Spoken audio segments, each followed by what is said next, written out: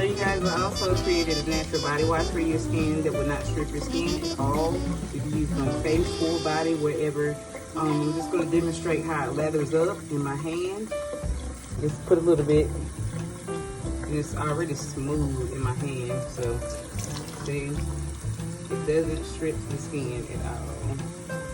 And it lathers up, and it has a nice light lemon scent to it. $5 for 8 ounce. So of course I was trying to be creative, of course.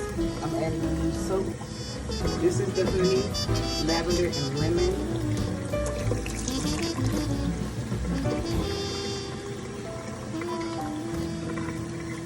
Honey, lavender, and lemon. We have, isn't it cute? And I left little speckles in there for design. I'm gonna zoom in.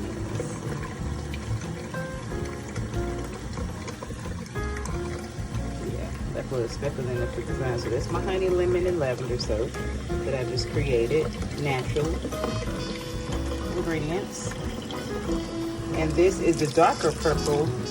This is the lavender honey soap that will be available next week, you guys, for $5. My soaps are $5, and it smells so good, y'all. It smells just like lavender and honey.